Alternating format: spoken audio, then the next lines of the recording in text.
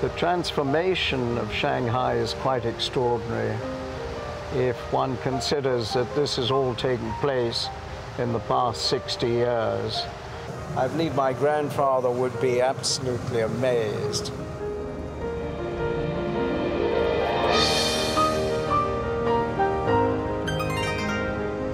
Shanghai has always been part of the family history. It's also always been part of the hotel history. And when the two companies amalgamated, we had Hong Kong and Shanghai hotels. Well, we're just coming up to the Bund. The old buildings certainly bring back some degree of memory, because the first time that I came here by boat on the Chengqing, a model of which is in the peninsula, we actually anchored somewhere near here. But I was very young at the time. I think I was 7. So Michael made it very clear to me that the #1 priority would be a return to Shanghai.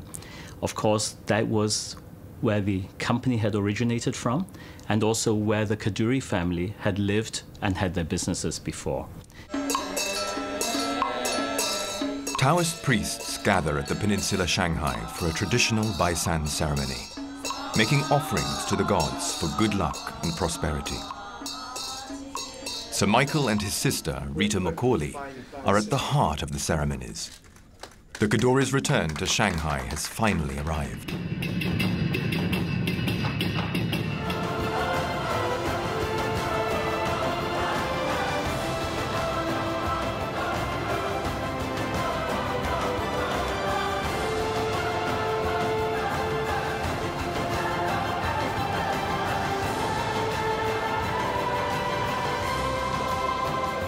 We are delighted to be here, and we are proud to have come home.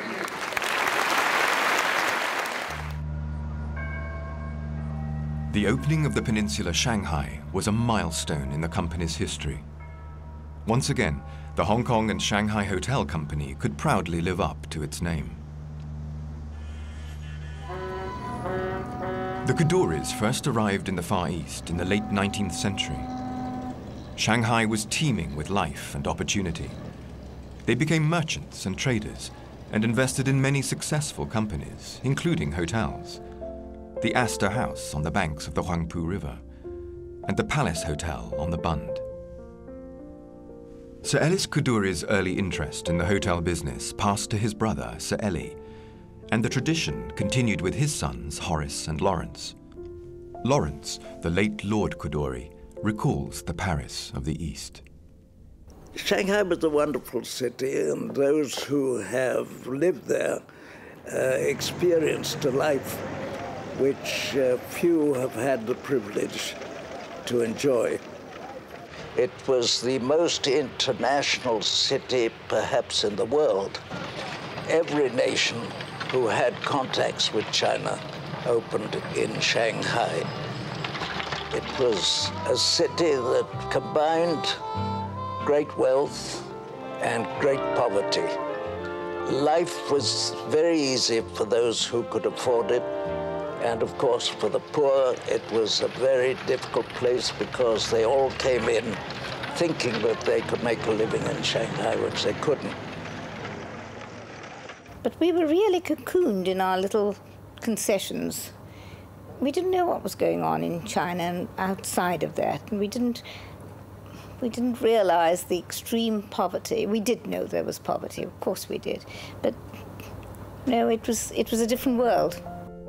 Muriel Gabay was born in Hong Kong, and on marrying Lawrence Kadoorie, moved with her husband to Shanghai and Marble Hall, the family home. Their children, Rita and Michael, were happily unaware of how long it would be before the family's return. Hong Kong Island. It was here that Sir Ellie and Sir Ellis Kadoorie first landed in the Far East, and where the Hong Kong and Shanghai hotels originated. In 1928, across the harbour on the Kowloon Peninsula, an ambitious new development opened its doors, the Peninsula Hotel. Lord Kadoorie was there. It was an extremely hot day, It was opened by Southorn, who was then deputy governor. And it was a great day because Jimmy Taggart, whose idea it was to build a peninsula at all, was laughed at, and they said he constructed a white elephant on Kowloon side and that nobody would ever live there. Kowloon was the sort of place they asked you, are you married or do you live in Kowloon? And it certainly did not have much prestige. Travelers from around the globe arrived in Hong Kong by ship and disembarked at the Kowloon docks. There was nowhere of any consequence where you could stay in Kowloon, so they had to go across to the island, where they stayed at the Hong Kong Hotel, which was, of course, the father of all the Hong Kong Shanghai hotels. Hong Kong in the 1920s. The colonial splendor of the city of Victoria was in sharp contrast to its neighbor across the harbor. Here, its pediments and statues preserved a sense of superiority. But when one of the wealthiest men in the colony, Sir Robert Hotung, celebrated his golden wedding at the peninsula, attitudes began to change. Sir Robert, a director of the hotel company and comprador of Jardine Matheson, hosted a party which was the talk of the town.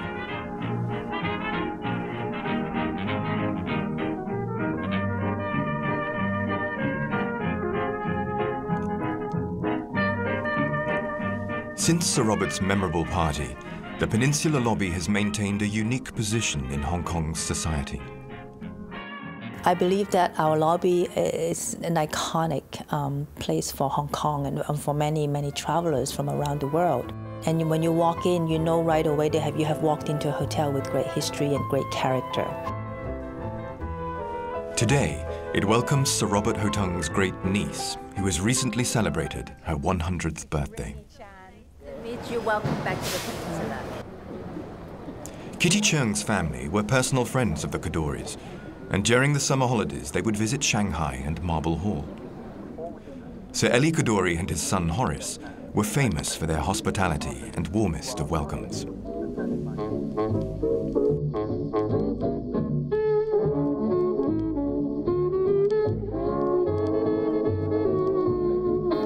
I was also one of the leading dancers in Hong Kong in those days. And every day we would go to there would be tea dance at Hong Kong Hotel, and we would go there practically every day after school and then go out there and dance.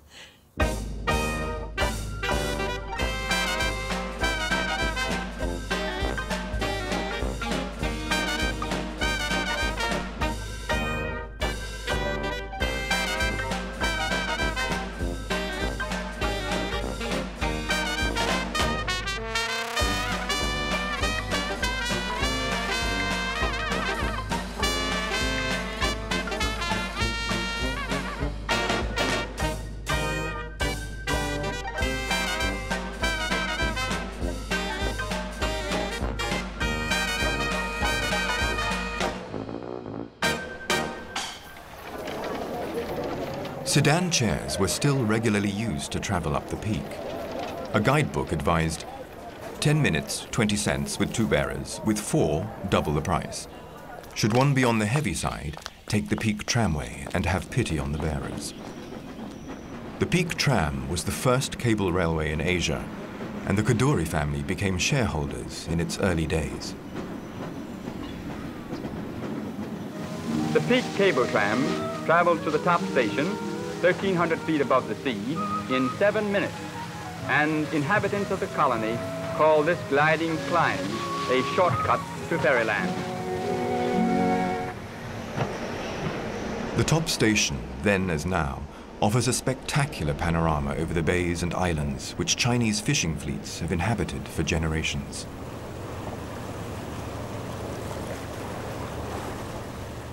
It was here in Repulse Bay that a hotel was built, and a new road brought guests in their latest motors.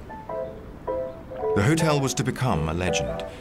It had a Somerset Maugham charm which endeared it to travelers in Asia for 60 years. My uncle, Ellis Kadoorie, who had a lot to do with the first hotels here, built a villa, the first villa, which is just on the right-hand side where Yu Tong-seng's house stood. The whole area was really developed by the hotel. It was a success from the moment it opened its doors. Kitty Cheung's parents moved their entire family down to the Repulse Bay Hotel for the steamy summer months. Within a few years, bamboo beach huts, or mat sheds as they are known in Hong Kong, soon extended along the length of the beach.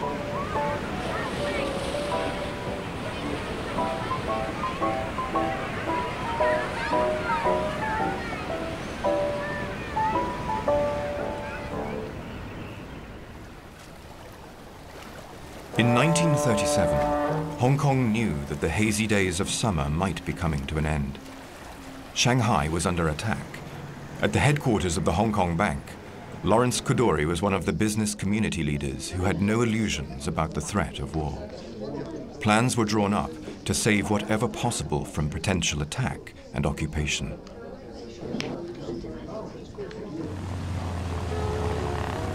Outside, the rapidly developing tourist industry went on uninterrupted. The Pan American Clipper arrived from San Francisco. Imperial Airways taxied into Kai Tak Airport with the mail and with passengers exhausted by their 9-day journey from London. The baggage was trundled away to the Peninsula, and the Imperial presence seemed assured. But Hong Kong's centenary year of 1941 was not a time for celebration. War was raging in Europe, and everyone was by now aware that Hong Kong was under imminent threat of attack. At the Repulse Bay Lido, in late autumn sunshine, the age of the tea dance and much else besides was drawing towards a close.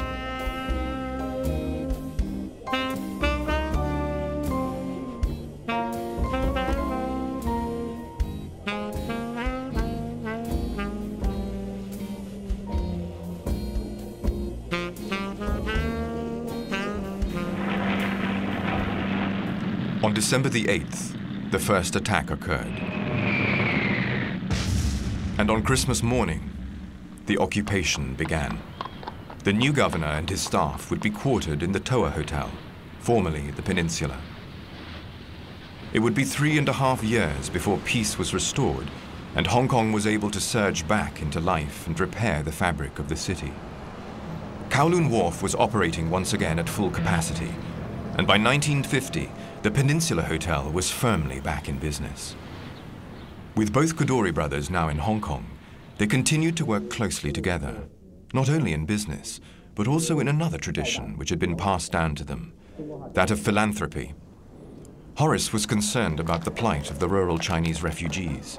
He established the Kadoorie Agricultural Aid Association. Horace's natural vitality, so much in evidence at the hotel company, was to be seen throughout the countryside. The Kadoorie brothers' aim was simple: to help Hong Kong's most vulnerable help themselves.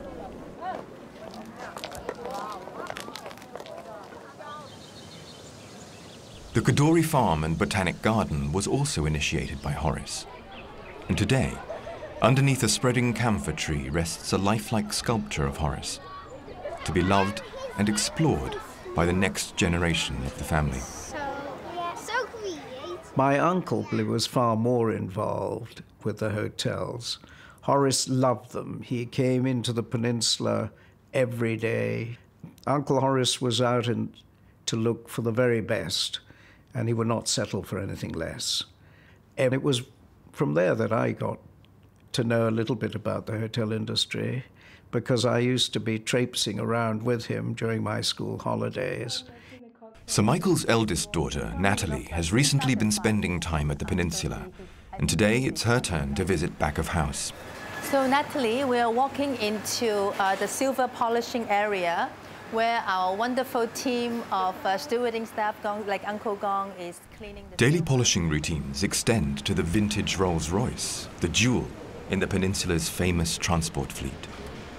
One day we were changing our fleet, and my father heard about this, and he said, "Have you thought of Rolls-Royces?" And I said, "Dad, they'd be far too expensive." And his question was, "Have you asked?" Well, the rest is history. And so we decided taking the best car for the best hotel.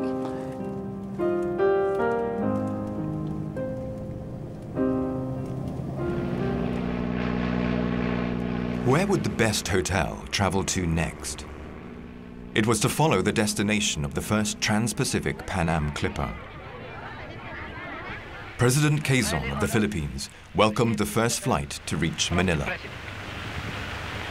I want to congratulate you, Captain Music, and you gentlemen, for your successful flight. The Philippines is a country which holds tradition in deep respect and remains the most prominent Catholic country in Southeast Asia. It was here that Hong Kong and Shanghai hotels decided to begin their international journey.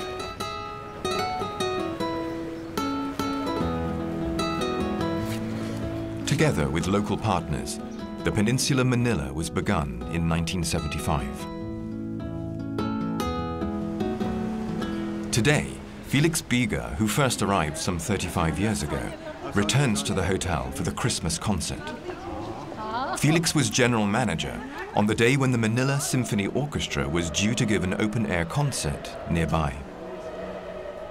And unfortunately, the weather sort of turned iffy, and so Conchita Sunico, who was in charge of the whole theater, phoned Pierre Lim, our president, and asked him whether she could have the concert in the lobby. So Pierre phoned Mila, Mila phoned me, I phoned Rosary phoned me, we phoned the food and beverage department, we phoned the chef, we phoned everybody, and bingo, in 5 minutes the orchestra was in the hotel, right? Yeah, right. Every year since, the lobby has been invaded by musicians and more than 1,000 guests. The hotel goes into overdrive.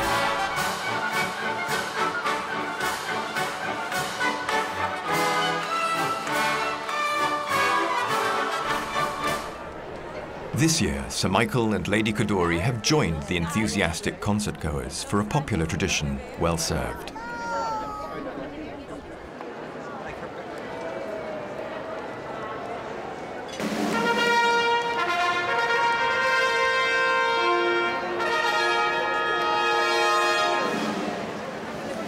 Let me greet you and be the first to say Merry Christmas to everybody.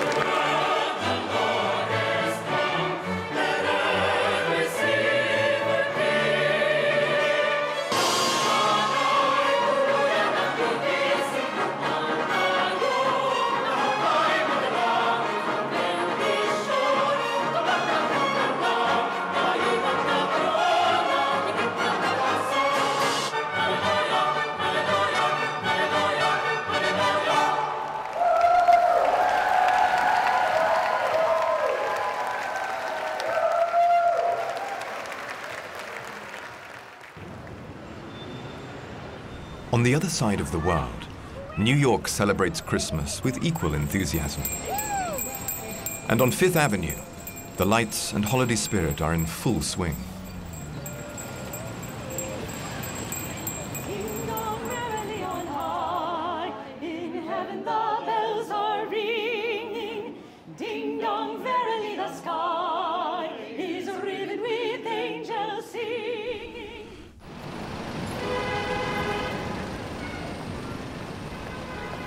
In 1900, Fifth Avenue was Millionaire's Row, lined with grand private mansions. 5 years later, they were overshadowed by 2 skyscraper hotels. Well-to-do New Yorkers flocked to the new hotels with their cosmopolitan elegance and stylish interiors. The Gotham Hotel, as the Peninsula was then known, was much admired by its fashionable guests. But it was the introduction of shops along the Fifth Avenue frontage that transformed the area into New York's most glamorous retail destination.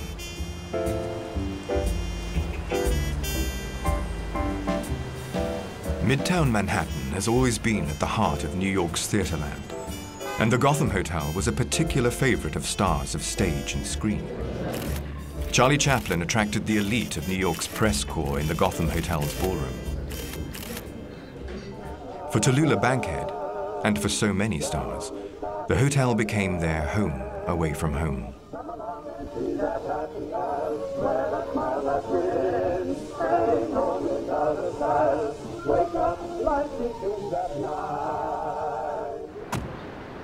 By the 1990s, the Peninsula was actively looking to expand its operation to New York City. And the Gotham Hotel, which by now had changed its name to Maxime de Paris, was in need of a new owner. We were in New York, Sir Michael and myself, and we were fairly close to making a deal on buying a hotel on Central Park South.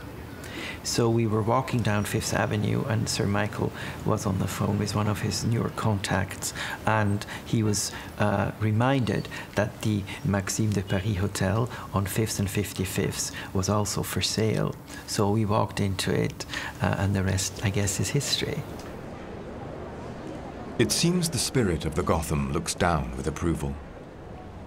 From where its fashionable roof garden once stood, the Peninsula's Salon de Ning still offers a magnificent view over Fifth Avenue and beyond.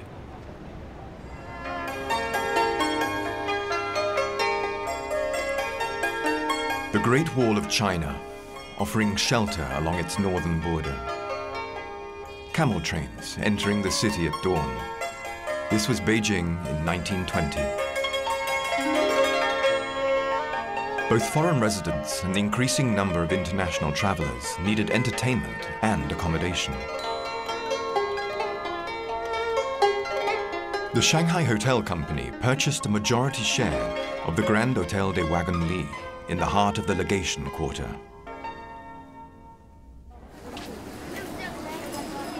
"60 years later, the hotel company began to explore the possibility of re-establishing their historical ties with the city. Deng Xiaoping had launched the open door policy, and the Kadoorie family's long relationship with China helped develop an early connection. The relationship between these two elder statesmen paved the way for the development of the Peninsula Beijing. I will be 86 this year.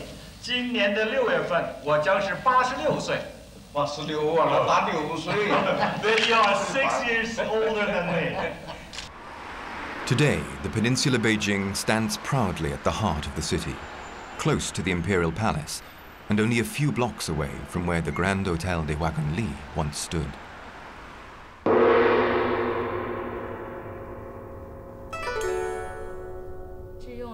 In the Scholars' Study, young trainees are learning how to perform a welcoming tea ceremony. Every year, up to 70 resident trainees join the Peninsula Beijing from hospitality schools across China.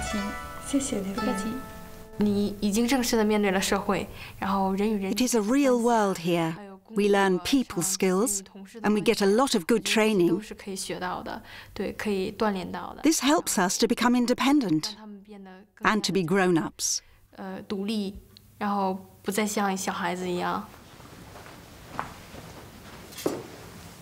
Western cuisine and presentation is quite unfamiliar in most of China. These students only started their training a few weeks ago and are now being asked to lay up a full table setting. 这两个也是有区别的，一个圆一点的，一个是长一点的。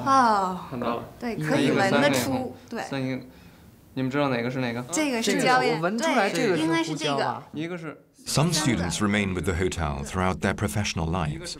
Others return to work in their own provinces, taking with them the Peninsula standards and traditions they have learnt here.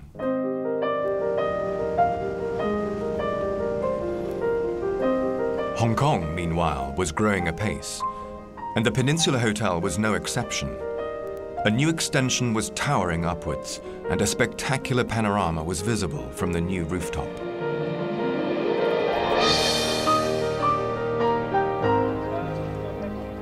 May 19th, 1993, and 3 generations of the Kadoorie family celebrate the topping out ceremony.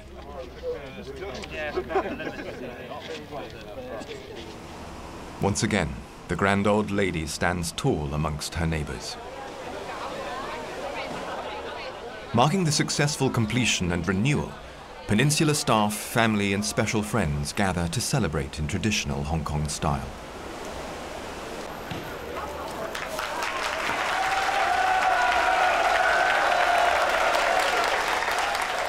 Tonight, there will be a royal banquet, and rehearsals are scheduled throughout the day. Nothing is left to chance.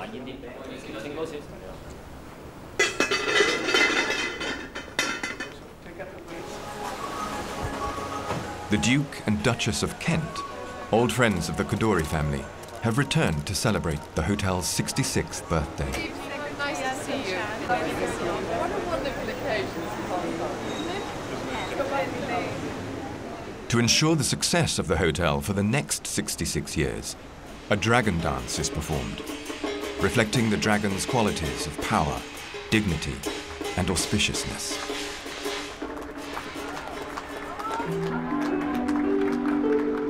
And the highlight of the celebrations, 66 page boys and girls, representing 66 years of Peninsula tradition well served.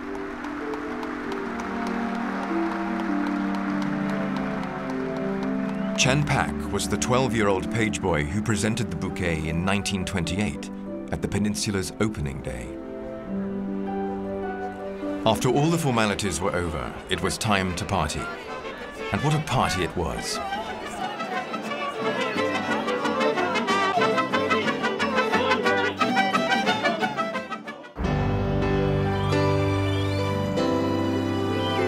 Across the Pacific, a new peninsula had recently opened within the city of Los Angeles, discreetly positioned at the heart of Beverly Hills. Today, a special guest arrives at the hotel. Good afternoon, Ms. Powers. We're so delighted to meet you. It's such a pleasure. Stephanie Powers has been a friend of the Kadoories and the Peninsula for many years, both in Asia and in her hometown of Los Angeles. Peninsula in Beverly Hills has also an additional group of people that they serve, the movie colony. This is the site of many of the Oscar parties and many of the the receptions that lead up to the Oscars and to many of the other awards.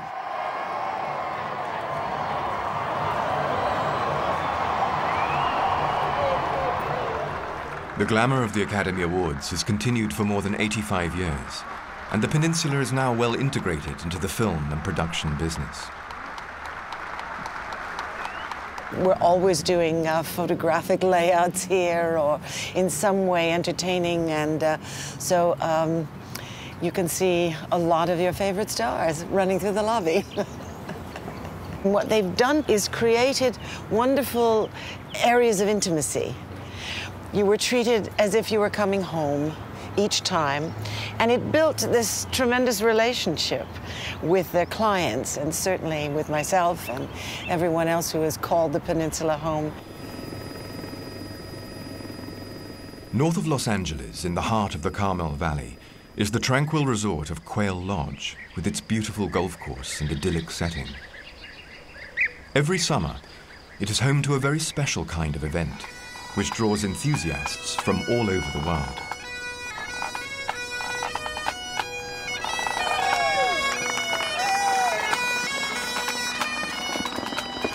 And a beautiful dead center landing. There's another great landing. One more time. When Hong Kong and Shanghai Hotels acquired Quail Lodge, it was already hosting an annual motorsports gathering during the Monterey Car Week. We have taken that event and changed it into what would be a Peninsula event, more like a garden party surrounded with beautiful motor cars.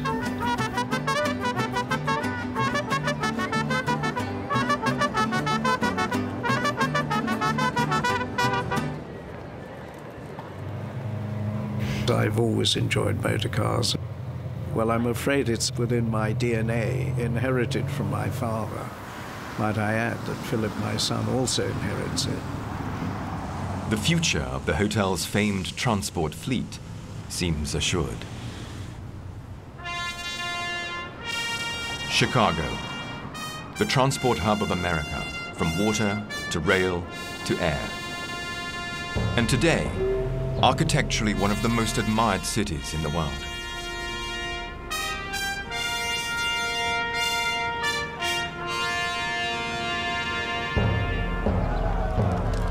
But in 1871, future dreams went up in smoke.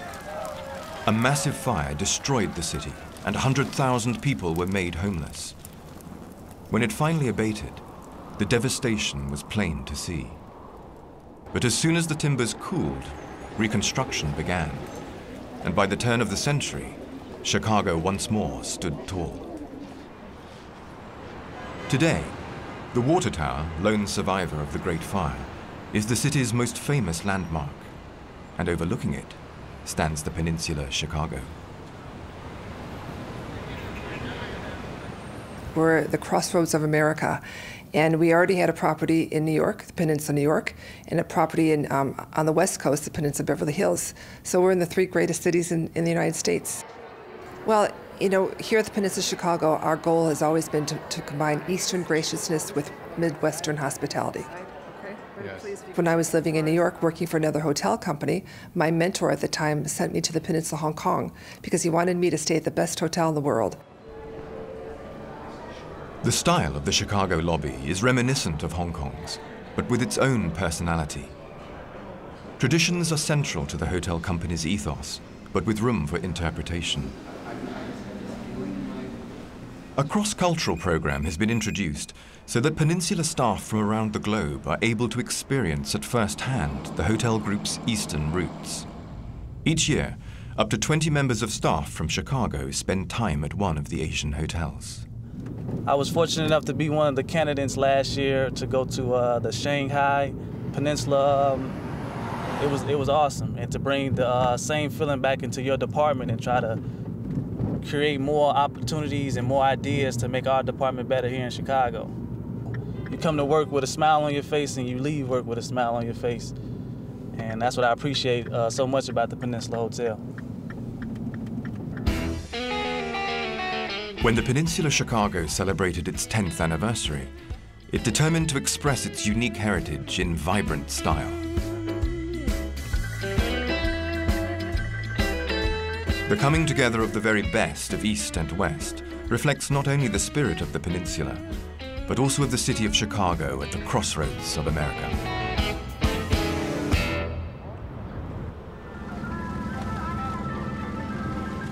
In the heart of Southeast Asia, the Chao Phraya River in Bangkok. Thailand is a deeply traditional country, and Buddhism is central to its way of life. Waterways play an important role in the life of the Thai people.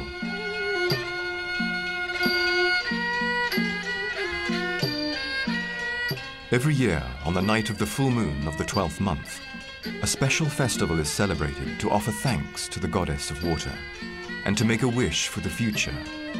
It's called Loi Krathong. As the sun rises on the morning of the festival, flower markets and street stalls offer krathong for sale. Decorative offerings made from lotus leaves, which tonight will be floated on rivers and waterways across Thailand.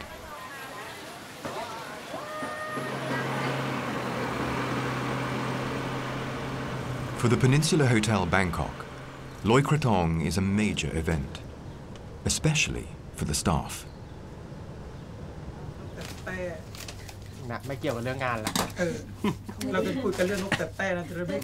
As the flower room busy themselves preparing decorations and krathong for the guests, hidden away from prying eyes, there are very special krathong being created in secret.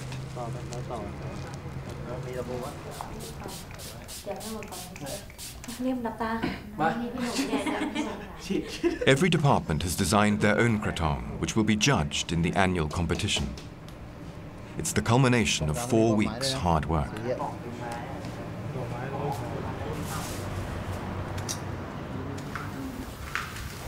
Nang Nopamat is Thai word. It means like the most beautiful.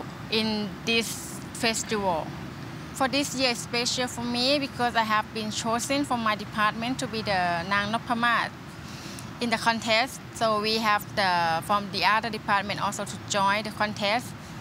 In this, we do the hair, when we do the makeup and the dress all together. It's perfect. I like it.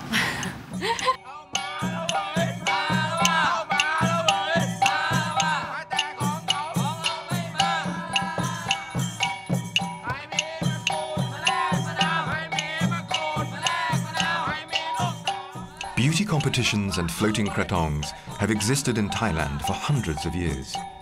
And the hotel has embraced the tradition to the delight of staff and guests alike.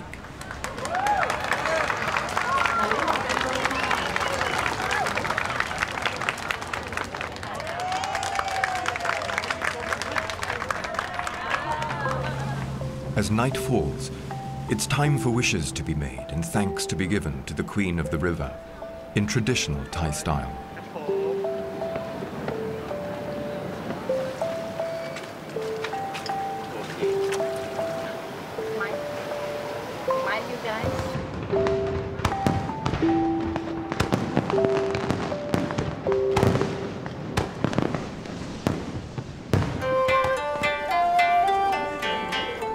Cherry blossom viewing in Japan. Another ancient tradition enjoyed across a nation. Here, in the grounds of the Imperial Palace, Tokyo.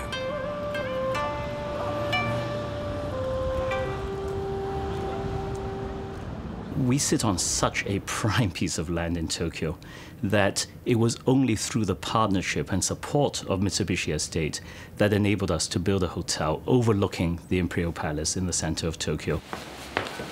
11 p.m. and 230 fresh cherry tree branches arrive at the Peninsula lobby. Overnight, a new tradition is being created. By dawn, guests will be able to experience their own cherry blossom festival, but the team of florists have a long night ahead of them. To Japanese people, cherry blossom is a symbol of Japan, and it's one of the flowers that remains in our hearts.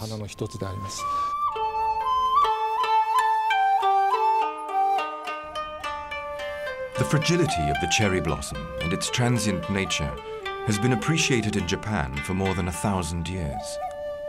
Shared beliefs remain central to Japanese society to this day. At the Peninsula, volunteers get together to make a favorite rice snack to give to local charity Hands on Tokyo. We are able to make food for them, and everyone in Japan eats onigiri.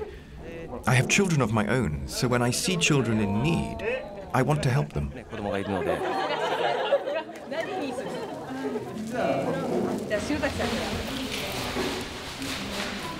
As dawn is about to break, final adjustments are made in the lobby, and as the hotel prepares for another day, the ephemeral cherry blossom is ready to receive its latest admirers.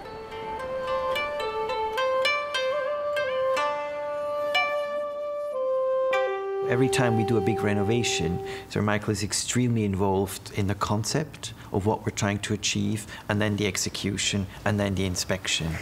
And the biggest thing here is we made the floor one level. Right, much so better. We get more space. We've taken out the curvature and the piano in the back. Piano on the back, moved from over here. But this still stays at a fairly intimate space. Very intimate. So anybody coming here, that's really where you entertain. Yes. This is where you're en famille. Exactly. And then there will be a sofa situation here. No, so I think it's great. Should be fine. Yep. I think we've got a winner. It's really an integral part of our success is his amazing attention to detail. And his eye is so trained that after all those years, I'm still learning from him. Here we gained a lot more space. Right. More informal, you would go into the second living room. Well, it's very impressive, and I think that's what you want in a suite of this nature. Yes. One of my greatest enjoyments are people. It's always interesting to see what expectations guests have. And I feel very privileged being part of a team who are constantly looking at satisfying these needs.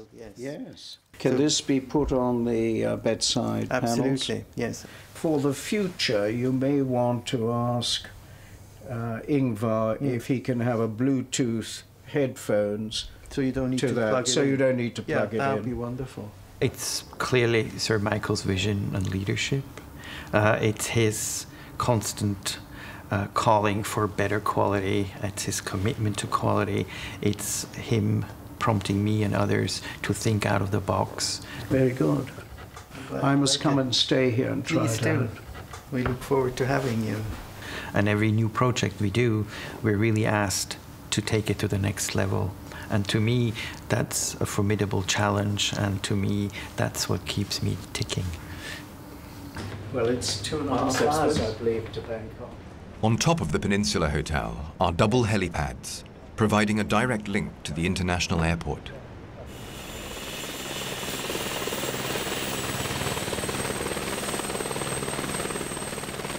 Hong Kong and Shanghai hotels are for the first time entering a new market. They are soon to open in one of Europe's most famous capital cities.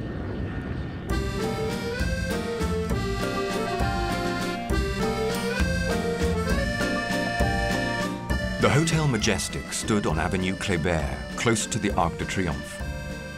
It was a magnificent building with a glittering history, but after years as a conference center, it was put up for sale. At last, the Peninsula had found their new Parisian home.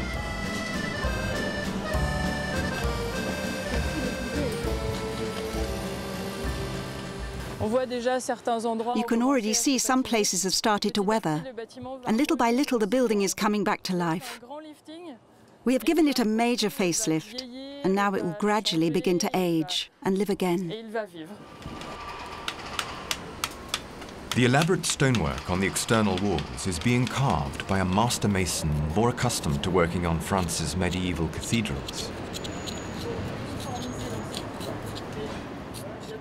A machine produces exactly the same thing every day, but a human being can do it just as well, but with those little variations which bring it to life.